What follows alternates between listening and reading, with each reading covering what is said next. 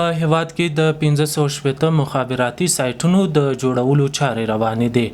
د مخابراتو او معلوماتي ټکنالوژۍ وزارت د اترا اداري او مخابراتي شبکو په همکارۍ د هیواد په بیلابیلو سیمو کې د 1560 مخابراتي سایټونو د جوړولو چارې پیل کړي دي چې تر دې مهاله 250 سایټونه نصب او فعال شوي دي. د مخابراتو او معلوماتي ټکنالوژۍ وزارت ویان عنایت الله لکوزي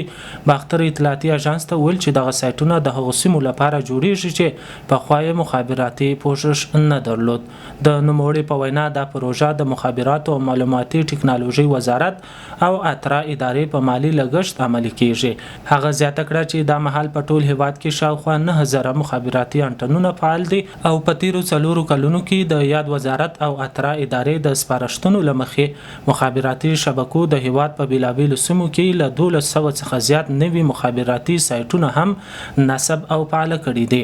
ښاغلي الکوزي د سیم کارتونو د ویش په اړه ویل چې په تیرو 4 کلونو کې د سیم کارتونو ناقانونه ویش په بشپړ ډول درول شوی او د مهال د ځانګړي طرز العمل له مخې چې مخابراتي شبکو ته ورکړل شوی د سیم کارتونو ویش ترسره کیږي. د مخابراتو او معلوماتي ټکنالوژۍ وزارت په تیرو 4 کلونو کې توانېدلی دی چې په مهمو برخو کې او د خپل اړونده چې کوم فعالیتونه د مخابراتو وزارت مربوط کیږي ښې او مؤثر لاسته راوړنې ولري. همدا ډول د مخابراتو برخه کې د مخابراتو وزارت تقریبا په تیرو 4 کلونو کې په دې وتوانېده چې په افغانستان کې په مطلق ډول هغه پروسه چې په غیر قانوني ډول باندې سیم کارتونه پکې ویشل کېدل هغه بند کړي او فعلا دپاره د یو طرز العمل په اساس باندې چې د فتح په لومړي کال باندې مخابراتي شبکو ته دا ورکړل شو د هغې په اساس فعلا په افغانستان کې سیم کارتونه ویشل کېږي. همدا ډول د هیواد لرو پرتو سیمو ته د مخابراتي خدمتونو غځول موضوع وه چې په دې کې هم د مخابراتو وزارت اترا ادارې هم مخابراتي شرکتونو او په دې برخه کې وزارت وتوانېده چې هغه سیمې چې مطلق ډول محرومې پاتې شوي وي د پرتې سیمې وي هغوی ته مخابراتي اسانتیاوې برابرې کړي او هغوی دپاره نوي مخابراتي سایټونه د دولت د بودیجې په اساس باندې تمویل کړي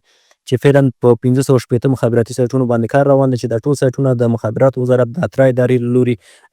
تمویلیږي یعنې په مالي لګښت یې جوړیږي چې د TDF لسمه پروژه ورته وایي او په دې کې موږ تر دې دمه توانېدلي یو چې 250 مخابراتي سایټونه د هیواد مختلفو سیمو کې نصب او فعاله کړو چې په دې کې ځینې ولایتونو کې دغه چارې سر ته هم رسېدلي دي او پروژه نهایي شوې ده.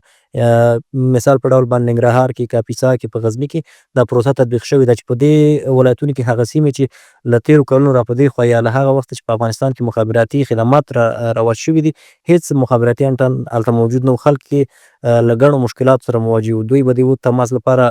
په ساعتونو مزل کوو تر څو هغه خپله ستونزه پرې حل کړي. ورته مهال د ننګرهار او پروان ولایتونو 2 تنه اوسیدونکو شکیل او هارون د باختر اطلاعاتي اژانس سره په خبرو کې د مخابراتي شبکو د کیفیت د ښه کېدو یادونه وکړه او ویل چې اوس مهال دوی په خپلو سیمو کې په ښه کیفیت او بغیر له کومې ستونزې ټلیفوني اړیکې نیولی سي. نامم هارون از ولایت پروان. قبلا بود در ولسوالی در ولایت‌ها بسیاری جای دوردست کار نمیکرد. حالا خوب است فضل خدا فهمیدی در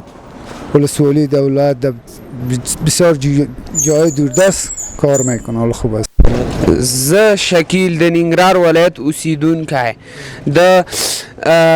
امارت اسلامي نه ډیره مننه کوم چې نور مخکې نور کله زمونږ ځینې شبکو کار نه که اوس انشاءالله کار په روان دی او لکه د اتصالات روشن ریبا دو باندې کارم روان دی نو ښه کارم که او نور کله به چې چا موبایل که نو هغه به د یو ځای نه بل ځای ته ته او موبایل بیکه او صحیح کار به م نه که موبایل. اوس انشاءالله موبایل ښه کارم که او نورم سهولتونه موږ ته برابرېږي.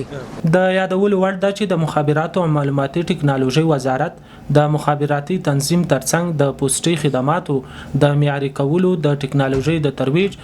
د ډیجیټلي حکومتولۍ د پراختیا او د بشري ظرفیتونو د لوړولو په برخو کې هم فعالیتونه ترسره کړي او له کابل پرته په 13 ولایتونو کې د ټکنالوژۍ د زده کړې او ظرفیت لوړونې صنفونه هم جوړ شوي دي.